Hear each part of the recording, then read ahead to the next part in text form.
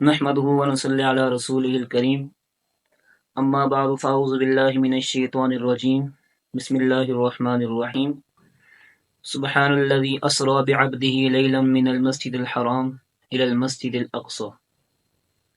واقع معراج کے حوالے سے چند باتیں آپ کے ساتھ کرنی ہیں۔ ایک تو ہے واقع معراج کو منانا، جشن کے طور پر، خوشی کے طور پر منانا بہت اچھی بات ہے کہ کوئی اس موقع پر خوشی کا اظہار کرتا ہے کہ اس رات آپ صلی اللہ علیہ وسلم کو معراج نصیب ہوئی تھی۔ لیکن اصل چیز کیا ہے؟ اصل ہے کہ جو واقع معراج سے آپ نے ہمیں سبق دیے، جو امت کو آپ نے درس دیا ہے، سبق دیا ہے، اس کو سمجھنا اور اس کو اپنی زندگی میں لانا، اصل چیز یہ ہے۔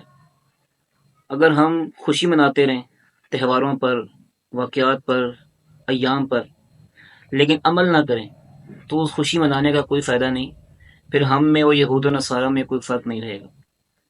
اصل چیز کیا ہے؟ عمل کرنا، کہ ہم نے جو واقع معراج سے کیا سیکھا اور ہم نے اپنی زندگی میں کیا چینجنگ لائی۔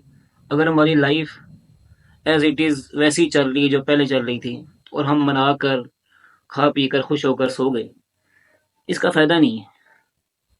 اللہ کے نبی بھی اس دور میں ہوتے تو وہ ہمیں منانے سے زیادہ ہمیں ماننے پر زور دیتے کہ ہم ان چیزوں پر عمل کریں۔ منانا بھی ہے لیکن ماننا بھی ہے، خوشی کا اظہار بھی کرنا ہے اور ساتھ عمل بھی کرنا ہے۔ تو میں آپ صلی اللہ علیہ وسلم جب واقع معراج پر گئے تو آپ نے وہاں جہنمیوں کے حالات دیکھے۔ تو میں دو احادیث آپ کے سامنے پیش کرتا ہوں۔ حضرت انس رضی اللہ عنہ فرماتے ہیں کہ رسول اللہ صلی اللہ علیہ وسلم جب معراج پر گئے، ابو داؤد کی روایت ہے، تو آپ نے دیکھا کہ چند لوگ جن کے ناخن تانبے کے ہیں اور وہ ناخنوں کے ساتھ اپنے چہرے اور سینوں کو چیر رہے ہیں، زخمی کر رہے ہیں اور نوچ رہے ہیں۔ تو انہوں نے پوچھا کہ یہ کون لوگ ہیں جن کے ناخن تانبے کے ہیں اور اپنے آپ کو نقصان دے رہے ہیں، اذیت دے رہے ہیں؟ جہنم کا جو عذاب ہے وہ الگ ہے، یہ اس کے ساتھ الگ سے عذاب ہے، ایکسٹرا عذاب ان کو دیا گیا۔ تو فرمایا گیا کہ وہ لوگ ہیں جو اپنے مسلمان بھائی کا گوشت کھاتے تھے، یعنی اس کی غیبت کرتے تھے، کسی مسلمان کے پیٹھ پیچھے اس کی برائی کرتے تھے، ان کی غیبت کرتے تھے، ان کے عیبوں کو اچھالتے تھے۔ یہ وہ لوگ ہیں۔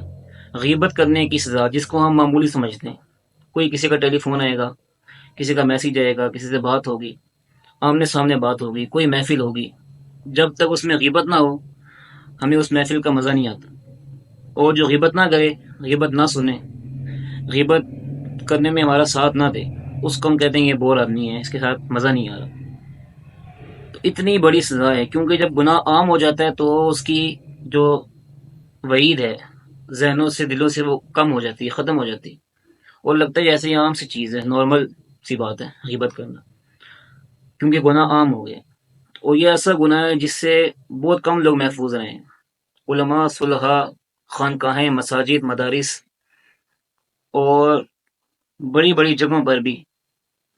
باقی تو گناہ وہاں ان کا شائبہ بھی نہیں ہوتا گناہوں کا، بری چیزوں کا، لیکن غیبت وہاں پر عام ہے اور ہر بندہ غیبت کر رہا ہے، بہت کم لوگ اس سے بچے ہوئے ہیں، اور جو کر نہیں رہے وہ سن تو رہے ہیں کم از کم۔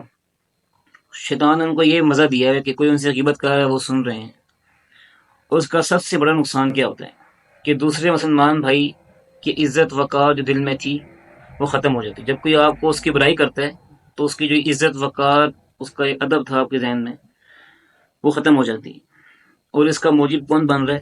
جو غیبت کرے۔ تو اتنی بڑی سزا کہ تانبے کے ناخن ہو، اس سے انسان اپنے چہرے کو اور سینے کو نوچ رہا ہو، زخمی کر رہا ہو، یہ کون ہے؟ جو غیبت کرتے تھے۔ اللہ پاک ہمیں غیبت سے محفوظ فرمائے، غیبت سے بچنے کی توفیق عطا فرمائے۔